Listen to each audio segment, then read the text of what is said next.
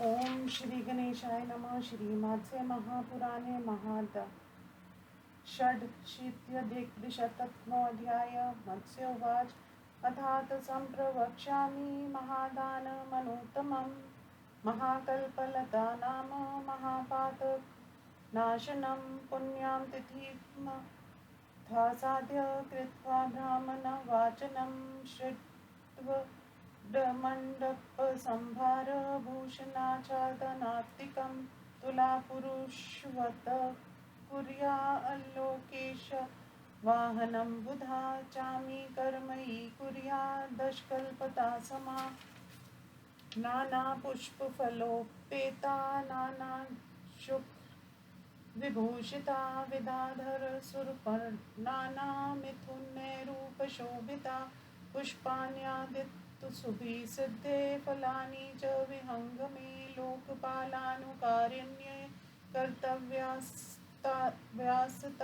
देवता ब्रह्मामि मन्नन्तशक्तिं च लवणस्योपरि नयसेत् अधस्तलत् यो मध्ये पञ्चशङ्खरे शुभे इमा संस्थातु गुडे पूर्वता कुलिशायुधा रजन्यजस्थिता गणायि स्त्रूवपानिर्हानले यामये च महिषारूढा गदनी तण्डुलोपरि नैघृतेन श्रुति स्थाप्या सखडा दक्षिणापरे वारुणे वारुणी क्षीरे झषता नागपाशिनी पताकिनी च वायव्ये मृगस्था शर्करोपरि सौम्या तिलेषु संस्थाप्य शङ्खिनी निधि संस्थिता महेश्वरी वृषारूढा नवनीते त्रिशूलिनी मौलिन्यो वरदास्तत्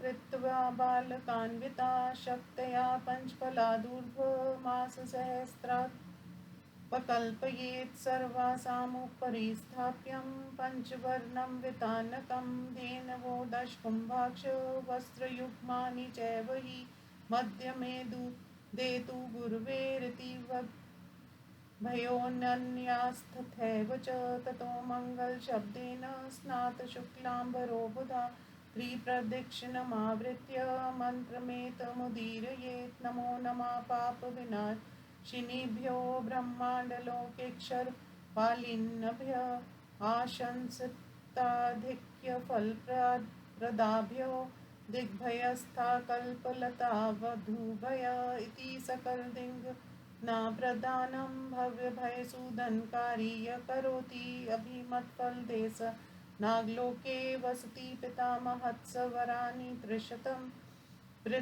पितृशतमत्तार्येद्भवाब्धे भर्वदुरितौघ विघातशुद्धदेहे सुरपति वनिता सहस्रसङ्ख्ये परिवृत्तं भुज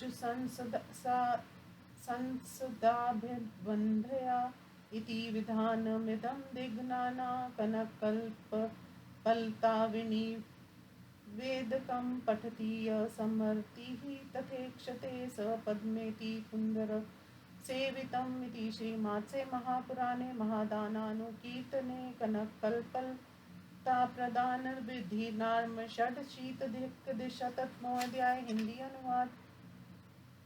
मत्स्य भगवान ने कहा, इसके बाद मैं महापापों को नष्ट करने वाले परमोत्तम महाकल्पलता नामक महादान की विधि बतला रहा हूँ। बुद्धिमान यजमान किसी पुण्य तिथि के दिन पुण्याह वाचन करके पूर्व कथित तुला पुरुष दान के समान ऋतिवज मंडप पूजन सामग्री आभूषण और आच्छादन आदि का प्रबंध करे तथा उसी प्रकार लोकपालों का आवाहन करे। कल्पता दान के लिए सुवर्ण निर्मित समान परिमाण के 10 कल्पलताएं बनवाएं, जो विविध प्रकार के पुष्पों और फलों से युक्त तथा विविध रेशमी वस्त्रों से विभूषित तथा विद्याधरों एवं पक्षियों के जोड़ों से सुशोभित हों। उन्हें पुष्प चुनने का प्रयत्न करते हुए सिद्धों फल खाने के लिए उत्सुक पक्षियों तथा लोकपालों के समान आकृति वाली देवियों से युक्त बनाना चाहिए। फिर लवण राशि के ऊपर अनंत एवं ब्राह्मी शक्ति को स्थापित करना चाहिए। 2 लताओं के निम्न भाग में पद्य और शंख से सुशोभित हाथों वाली